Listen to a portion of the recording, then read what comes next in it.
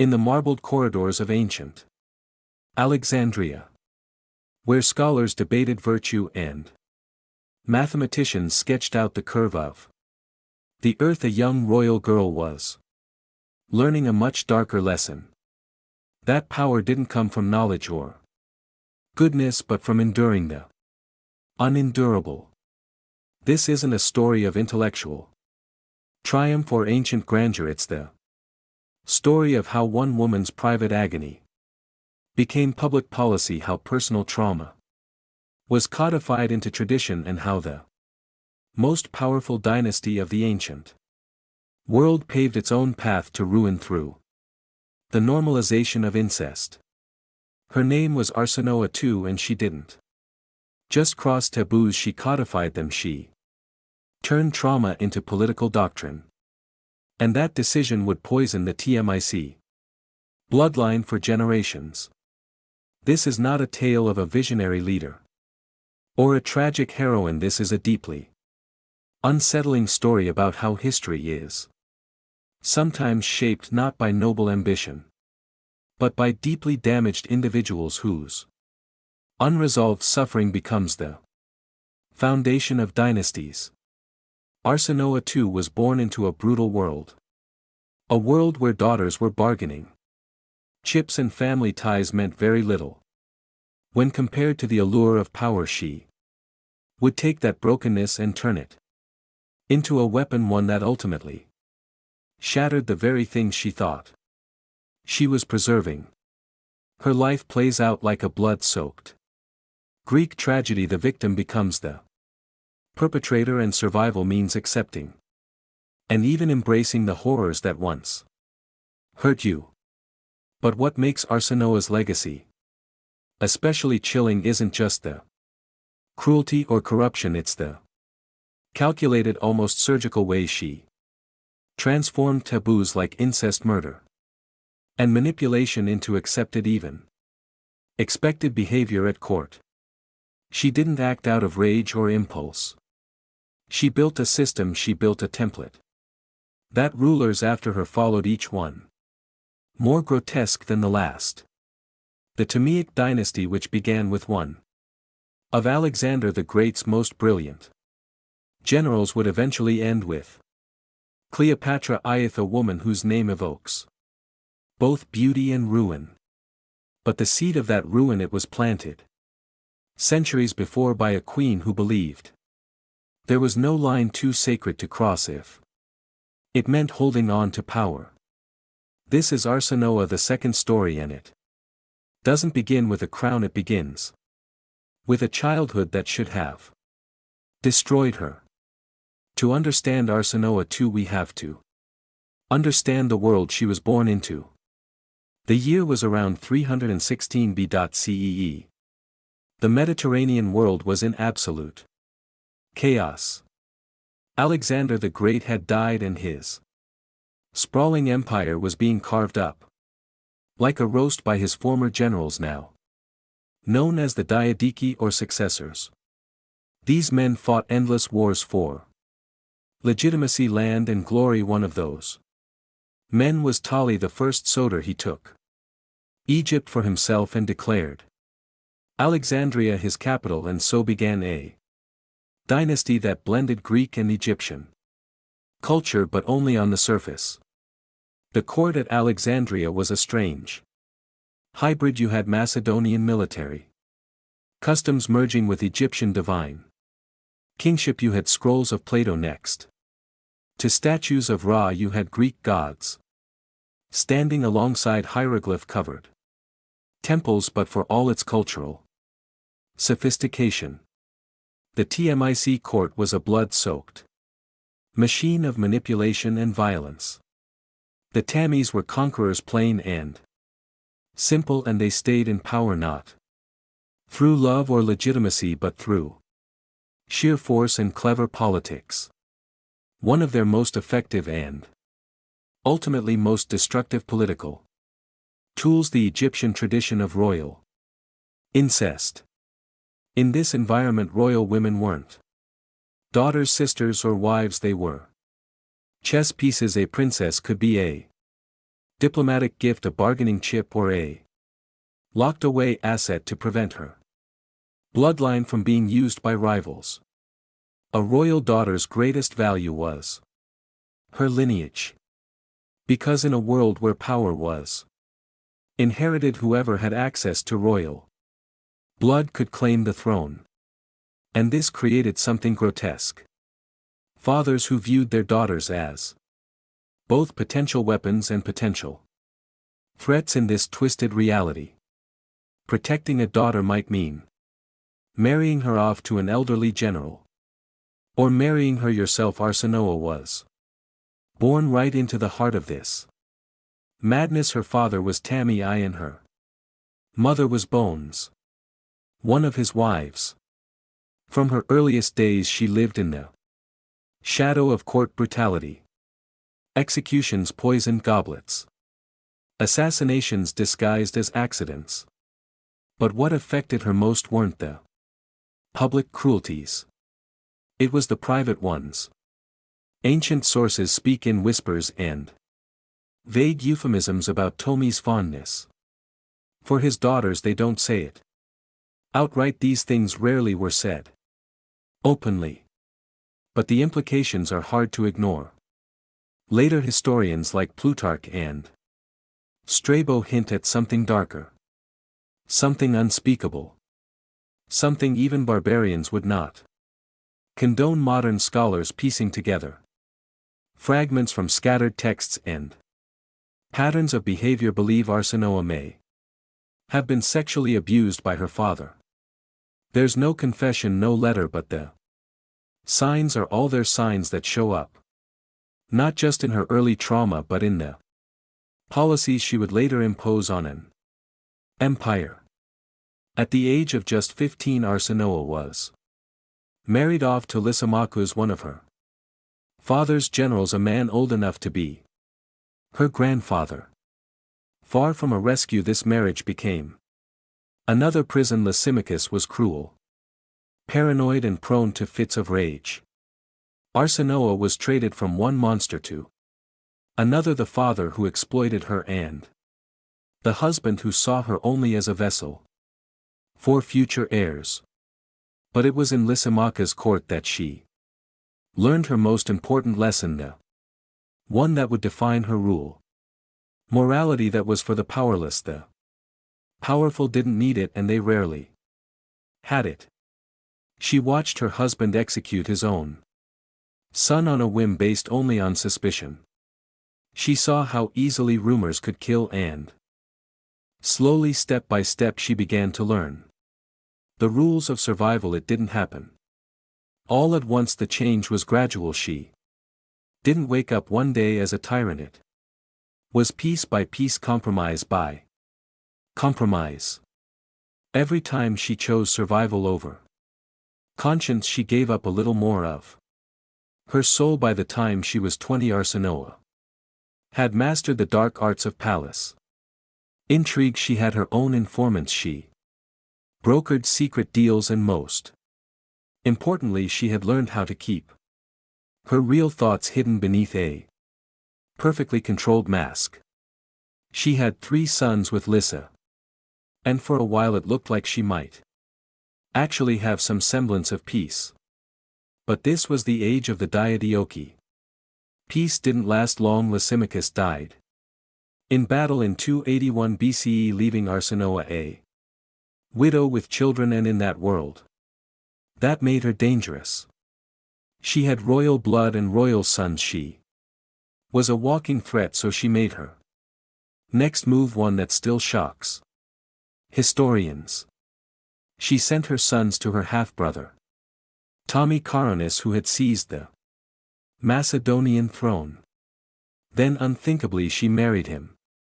Yes, her half-brother. Even in a world where royal incest wasn't unheard of, this was a move that made jaws drop. But Arsinoë wasn't acting out of love or desire. She was playing power chess. Serenus was unstable and violent, but he had the throne. Arsinoë believed she could control him. She was wrong. Not long after the wedding, Serenus Murdered two of her sons, his own nephews. Right in front of her, and how did Arsinoë react? Not with screams, not with grief, not with rage. Witnesses reported a cold, terrifying calm, because by now Arsinoë knew the cost of weakness. She had learned long ago that in the TMIC world emotion could be fatal. Arsinoë's escape from Tammy Serenus wasn't just a flight for safety, it was a strategic, ruthless, high-stakes maneuver. Straight out of a revenge tragedy. She didn't flee in royal splendor, she went undercover in disguise, moving quietly across hostile territories with only a small retinue of loyal supporters. Her brother-husband had placed a bounty on her head, so every city, every port, every dusty crossroads was a potential ambush. But she had one enormous advantage: a complete and utter lack of moral hesitation. She bribed whoever needed bribing. She blackmailed officials with secrets collected over years of court surveillance. And though we can't say for certain, some historians believe she may have arranged the quiet assassination of more than one person who stood in her way. Eventually, after navigating a web of enemies and old allies, she made it back to Alexandria. The brother who now ruled there was Ptolemy II, Philadelphia, another half-brother, and this reunion would alter the course of Egyptian history. Ptolemy II was married at the time to Arsinoë I, not to be confused with Arsinoë II. That marriage wasn't going well, and it had produced no male heirs. Arsinoë II saw her opening and she took it. She used everything at her disposal: charm, manipulation, shared trauma, and political savvy. Slowly she persuaded Ptolemy II not just to divorce his wife, but to marry her, his full sister. Even in Egypt, where pharaohs had practiced sibling marriage for centuries, this was a scandal. What made it so shocking wasn't the act itself, but the sheer orchestration of it. Arsinoë didn't passively accept the proposal, she orchestrated the whole thing. She helped fabricate charges of treason against her namesake Arsinoë II to justify the divorce, and once the path was clear, she married her brother and took her place as queen. But here's the thing: she didn't just want to be queen. Arsinoë II demanded more. She wanted to rule as an equal. Coins minted during their reign show the siblings' faces side by side, equal in size and prominence. Official decrees bore both their names, and she took a new title, Philadelphia. Sibling lover. What might have been whispered shame in another court became under Arsinoë a badge of power. But the real shift wasn't in titles or coins, it was in policy. Arsinoë didn't just marry her brother. She turned sibling marriage into an official state doctrine. From that point forward, the expectation was clear: Tamaic rulers should marry inside the family, preferably their sisters. She justified this not only politically, but theologically. In Egyptian mythology, sibling pairs like Isis and Osiris were divine. If the gods did it, why not the rulers? And it wasn't just symbolic. She embedded this incestuous logic into law, into ritual, into religious festivals. The cult she created around herself and her brother presented their union as sacred. Temples were dedicated in their honor.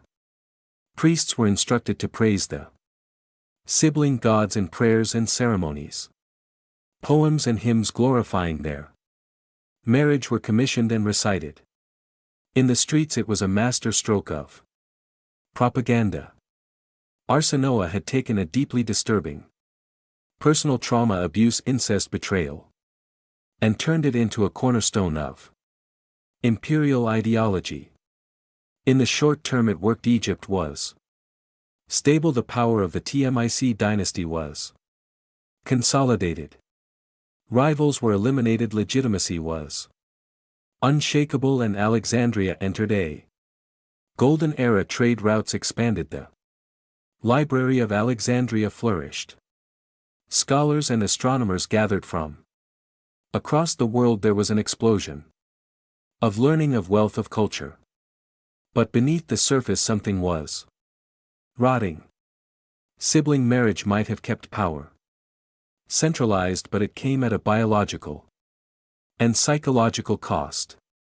Each new generation became weaker, sicker, and more unstable, and we can trace that decline directly through the descendants of Arsinoë II. Ptolemy III, Arsinoë's son, was competent. But his children, that's when things began to spiral. Ptolemy IV was known for his cruelty and indulgence. He reportedly drowned political opponents in vats of wine, then drank a toast over their corpses.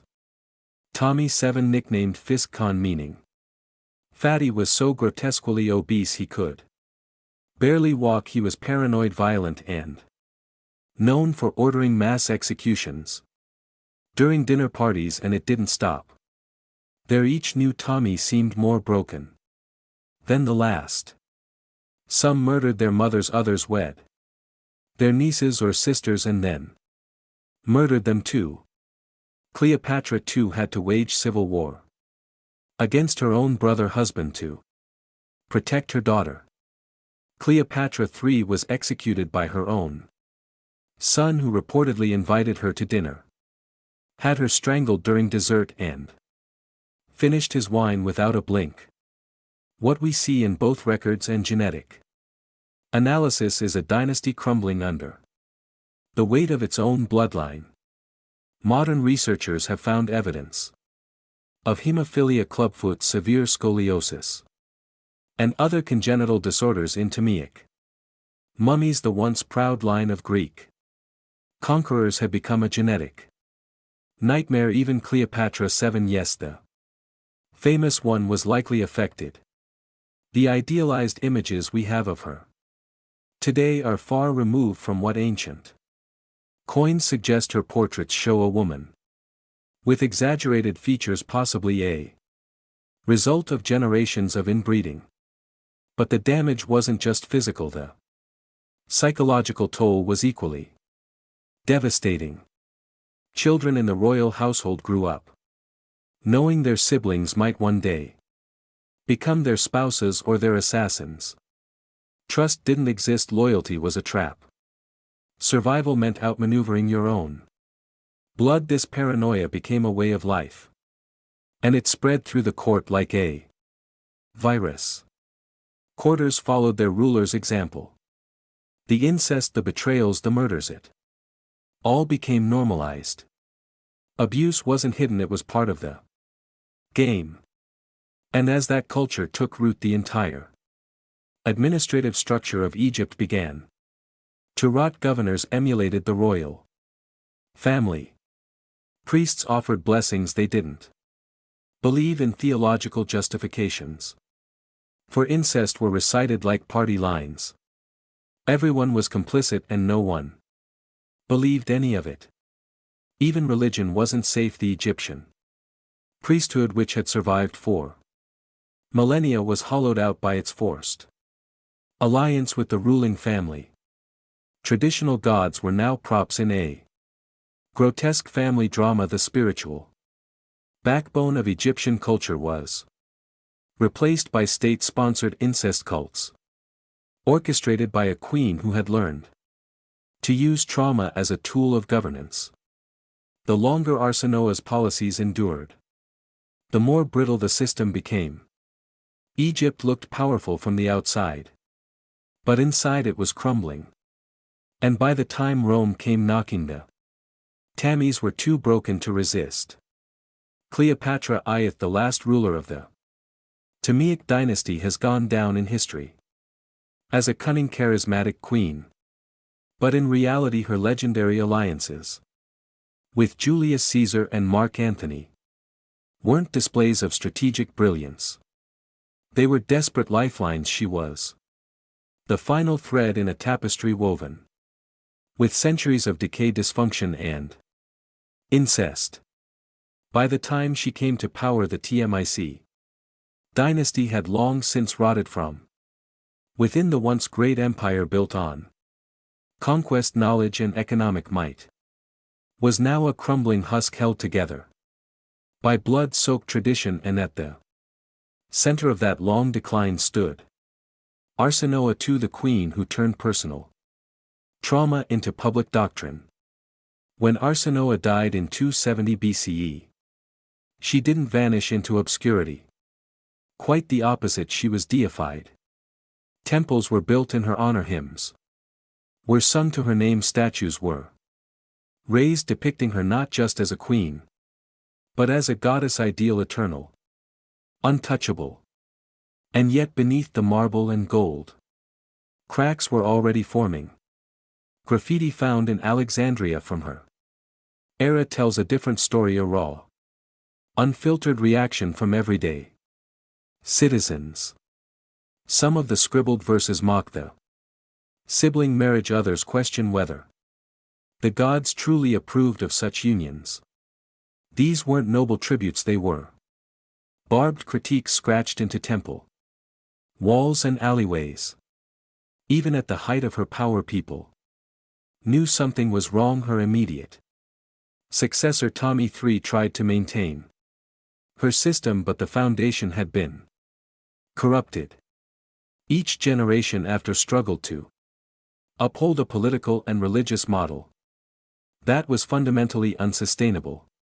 Once incest became a political necessity, every marriage became a risk, every child a potential threat, every sibling a future enemy. The dynasty became a prison, a gilded, blood-soaked, psychologically tortured prison where no one could trust and everyone feared being betrayed by the people closest to them. And as internal rot accelerated, Egypt lost its footing on the world stage. By the time Rome's interest in the region intensified, the Ptolemies were little more than ceremonial monarchs presiding over a collapsing state. What brought them down wasn't Rome's strength, it was their own dysfunction. When Rome finally annexed Egypt in 30 BCE, the last embers of Arsinoë's legacy were extinguished, but the damage had already been done. Egypt, once the intellectual and cultural jewel of the Mediterranean, had become a cautionary tale. This land, home to the pyramids, to medicine, astronomy and some of the world's first literature, was now better known for madness, incest and betrayal. Today, historians looking at Arsinoë II face a tough question: how do you judge someone who was both a victim and a perpetrator? There's no doubt she was abused, no doubt her childhood was marked by horrors that should have destroyed her, and instead of collapsing under the weight of that trauma, she rose to power, reshaped an empire and redefined the role of queenship in the ancient world. Some modern scholars, especially feminist historians, have tried to reframe her legacy. They argue that Arsinoë was a woman navigating an impossible world, that her choices, however disturbing, were the only ones available to her, that she wielded power in a man's world and did so with brilliance, resilience and strategy. That view has value, but it's incomplete, because even though her options were limited, the path she chose, turning incest into policy, institutionalizing abuse, transforming trauma into political theology, caused generational harm to her children, to her people, to her entire civilization. Other scholars see her story as a warning, a case study in how unaddressed trauma can metastasize into systems of oppression. From this perspective, Arsinoë II isn't just a tragic figure, she's a symbol of what happens when wounded people gain unchecked power, when they turn their Pain into policy. When they create systems that normalize the very abuse that once victimized them. Arsinoë displayed all the hallmarks of deep psychological trauma, emotional detachment, a constant need for control, difficulty forming healthy relationships, and a worldview that reduced everything, including love, family, and faith, into tools for power. But unlike many who repeat their traumas, unconsciously Arsinoë seemed to know exactly what she was doing. She wasn't acting on impulse. She made plans, she built systems, she created narratives, she manufactured a cult around herself to justify every horrific policy, and made sure that even after her death those policies would continue. That self-awareness makes her all the more haunting. Her legacy didn't end with her dynasty. In fact, her story has echoes in the modern world. Today we see leaders who normalize violence, who rewrite morality to justify control, who use propaganda to turn private trauma into public systems. Personality cults, state-sanctioned abuse, ideological rigidity, these are not new. Arsinoë II was among the earliest architects of such systems. Her story is more than ancient history. It's a mirror. It shows us what happens when pain is left unprocessed, when the abused become the abusers, when entire empires are shaped around the unresolved trauma of one influential figure. And it's not just psychological. It's political, institutional, structural. What Arsinoë II built wasn't just a dynasty, she built a machine that turned trauma into tradition, abuse into ritual, and incest into policy. If you walk through the ruins of ancient Alexandria today, you might see what's left of her world: the crumbling columns, the broken statues, the echoes of a city that once led the world in knowledge and beauty. But those ruins aren't just architectural. They're psychological. They're the bones of a civilization that was slowly poisoned from the inside by its own refusal to confront the trauma. At its core, Queen Arsinoë II set out to survive, and she did. She gained power, she reshaped Egypt, she made sure her legacy would endure. By every metric she would have cared about, she succeeded. But that success came at a devastating cost. The suffering of generations, the moral collapse of a dynasty, and the fall of a great empire. She was both made and unmade by her trauma, and in making herself she unmade everything else. Her story reminds us of a truth we'd rather not face: that monsters are rarely born. They're made, and sometimes the ones who survive aren't the strongest or the wisest, but simply the ones most willing to sacrifice everything: morality, love, even the future, for the sake of power.